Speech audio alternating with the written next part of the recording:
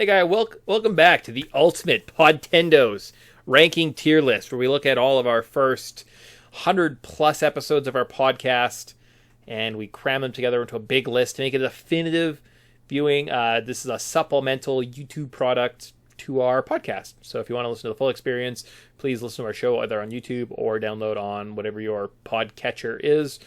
This is just kind of a supplemental show, and you're going to get a ton of content, ton of us talking about podcasts, and it'll slow down eventually at some point, right? Kind of go through there. But this is what we've got through. Where are we at? 30 shows. We're on 31 to 40 today. And go from there. So I'm Mick, joined every episode of my lovely talent co-host. Tyson. See, he's there. Told you he was there. Yeah, I'm here. All right, cool.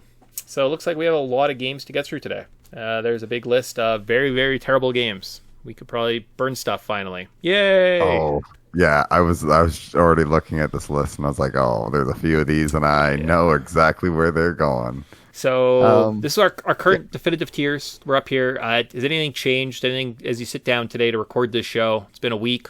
You're like, I want to change that. Or you're happy, and we'll just kind of go through it as we go through it.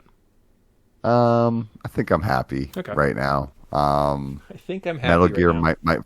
I think Metal Gear might find working its way up there, but yeah. You know what? Let's just jump right on into it, because we got I can't even see what that first one is.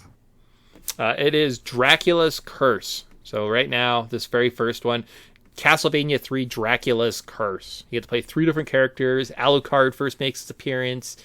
Sypha, I think is her name. Grant. Yeah. Belmont. Yeah, the anime's based off of this one. Okay.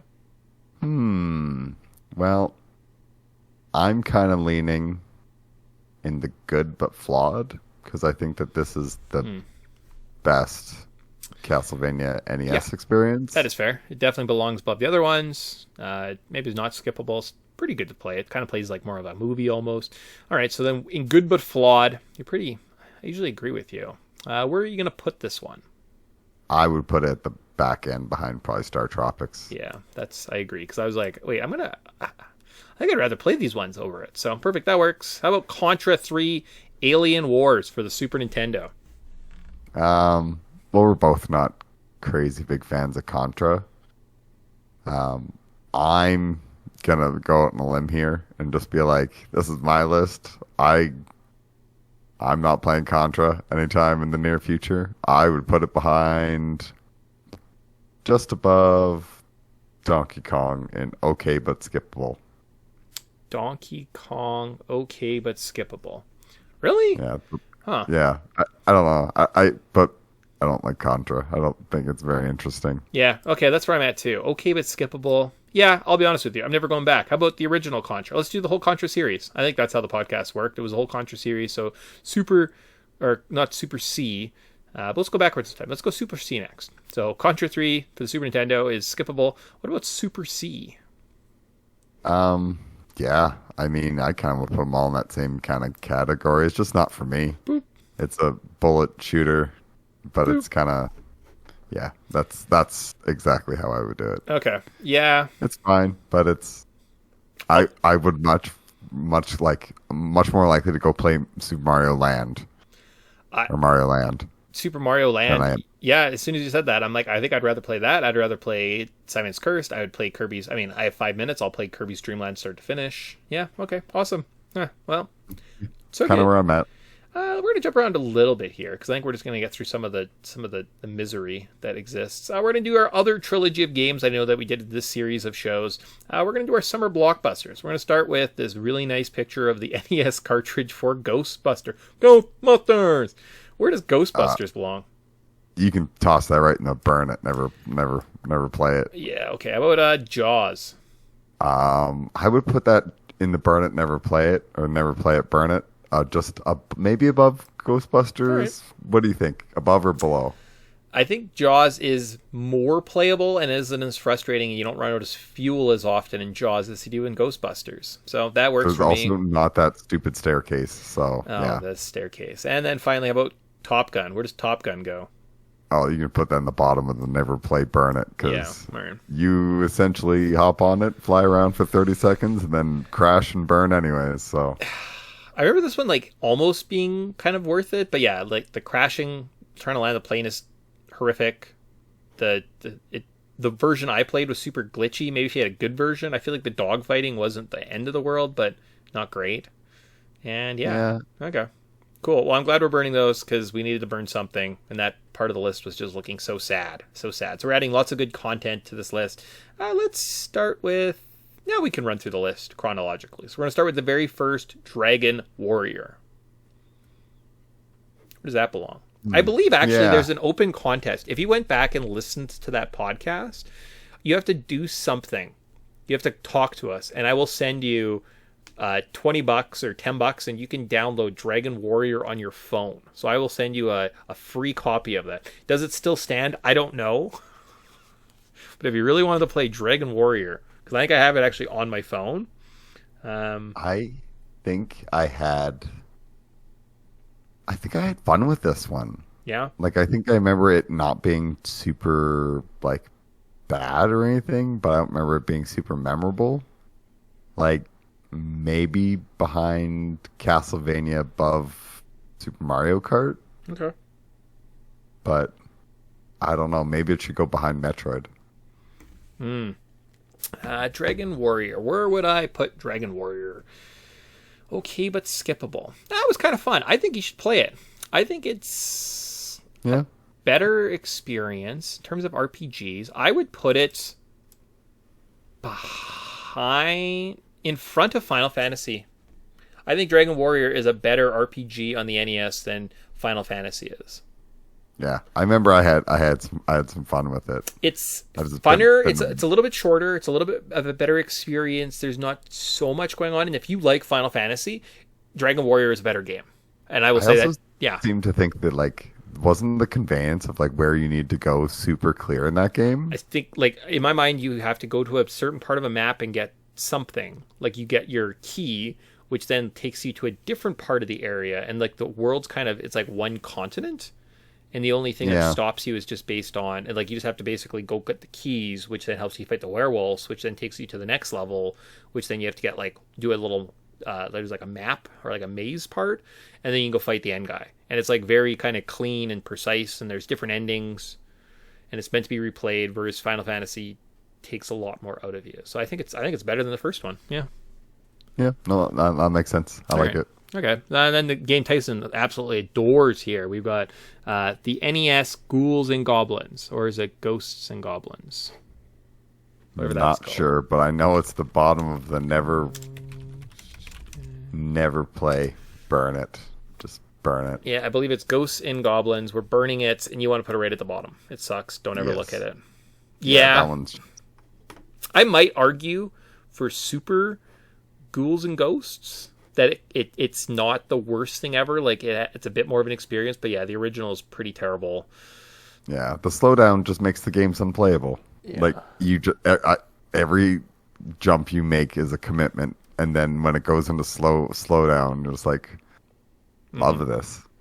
So well optimized. So this is one of the random things. So if you look on our list, you're like, oh yeah, these are like, randomly. We have Resident Evil, a new game. We have Stick of Truth. Here's another newish game we played. Anyways, Shovel Knight. It comes from the retro vein, which is, I guess, actually both of these games, these modern games on this list, kind of have retro in their blood. So Shovel Knight, kind of a uptake on the action platformer retro-y games. Kind of came out. I think we had fun playing it. Where does Shovel Knight belong on this list? Oh man, I really like Shovel Knight because even after its expanded experience, it's not just like one campaign. It's kind of a few different campaigns. I'm leaning into putting this into the great experience tier. I want to as well, but based on what games are in the great experiences right now, I don't know if Shovel Knight hits that echelon. Yeah, right? And that's why I'm kind of leaning, like, I think it's ahead of Stick of Truth, but not better than Zelda 2. Yeah, I was going to put it right behind Stick of Truth, but I think in front works just as well and kind of clump those two together. So just based on this tier is so epic right now, I don't want to taint it with Shovel Knight because I don't think Shovel Knight hits those highs. Yeah, no, that's fair. But when we kind of start filling this out more, it's probably going to work its way up. Okay. Same with, like, yeah. Yeah, okay. Sweet. And then we get to the 2 Sonic games. So we'll start talking about Sonic 1. Where does Sonic 1 belong on this list? Well, I think that this one's deeply flawed. I know you have a lot of strong feelings on this one. So do you want to lead this one? Yeah, like Sonic 2 is a different experience. Sonic 3 altogether is a way different experience. Sonic 1, there's a lot of waiting. It doesn't play as well as you think. If you haven't played Sonic 1 for a while, you'd be surprised. Like, oh, this isn't how I remember it all. Huh, that's not good. So we're going to say Sonic belongs... Is it skippable? It might be skippable. Yep. But I would put it, like, behind Mega Man? Yeah. Okay. Or is it better than Mega Man? No, it's probably about as good. Like, it's the difference between Sonic 1 and Sonic 2 is probably equally the distance between Mega Man 1 and Mega Man 2. Maybe even, I think the Sonic 2 jump is huge. Because Sonic 1 doesn't really even play like Sonic. But yeah, it's its own weird little unique thing. Yeah. Castlevania's a little better than it too. Yeah, that's where I want it. True. All right. Yeah. Okay. Yep, that makes sense. So I got to choose that one, and you agreed with me. How about you choose where Sonic 2 goes? So where do you think Sonic 2 belongs on this list? It's pretty spectacular. Is this the definitive 2D Sonic experience? 3's so good, or is this one of just the better ones? And I kind of want to put it. We put Sonic 1 next to Mega Man 1. I kind of want to put Sonic 2 next to Mega Man 2. Ooh, all right. Is that good? Sonic 3 is still coming. That's the other thing, too. Yeah, I think Sonic 3 is like a better experience. Yeah. I still think this is really good, though. Does it go top of, like, ahead of Shovel Knight, then? I could do that. Maybe? Yeah, I could do that. I was going to say, I don't know if I could put Sonic 2 up front of Zelda. That's fair. Yeah. That's a really good litmus. Like, these 2 Zelda games, I find are really strong. That is perfectly fine there. That belongs, because Sonic 2 is a good game. It's a good experience. Yep. And it's probably better than I like using the Zeldas as kind of a benchmark to be like, this is kind of my barometer test. Am I too far on this? Mm-hmm. Oh no, look what happened, guys. Our list grew and we lost our 2 games here. You can't see them on the bottom of the screen. No, we failed. The original Turtles. Okay, we're going to put it somewhere at the bottom. It's definitely... it's either skippable... I don't know if it's burnable. I'm leaning okay, but skippable. Yep. Like, it's a not bad experience, especially when you kind of learn... Like, I know the Nintendo the Nintendo Online. It was the Turtles Cowabunga collection. Yeah. Man, it's got save states. Very, very solid. Very, very playable. Yeah. Okay, so it's better than the Contra series. I'm just going to throw that out there because we're both kind of looking fondly at it. It's probably better than, like, this game, that game. Is it better than Castlevania? There? Maybe. Yeah, maybe behind Castlevania.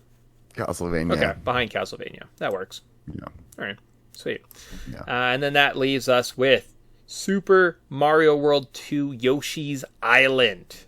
Ooh, where does that belong on this list? Because that's a good game. It is a good game. I think it belongs in the good. It's not great. It's not okay. It's good. So where does it go in good? If you're going to call it a good experience, good but flawed and not great, I think it's better than Zelda 2. Yeah. Right? Because it is, like, I think would I call it a great experience? Maybe. Yeah. It's like, could it go there? It's not bad there. Because it's a game that I think every Mario fan should play and every Yoshi fan should play, because that's like, this is the Yoshi game. 100%. And coming off a couple months ago playing Yoshi's Story, Yoshi's Island is way better than Yoshi's Story, right? Yeah, and it just even the soundtrack. Mm-hmm. Like, Yoshi's Story is cute, but it has 2 songs. Yoshi's Island, every song, every different little environment has such a unique little charm to it. Yeah, it has some irritating sound effects, but I'm like, but that's the point of those sound effects. Yeah. So, yeah, no, it's good where it's at. It's Sandwich between the 2 first Zelda games. Yeah, I could live with that. That works. And again, if you want us to talk a little bit more in depth, instead of just our vague recollections of how we felt about these games, go back and listen to our podcasts. We would encourage that. This is just meant to kind of get us up to date. Maybe go back and be nostalgia. And that was a rough episode. I think before we had kind of a bell curve, as Tyson had mentioned. We're definitely looking at a bell curve now. So we had a lot of trash.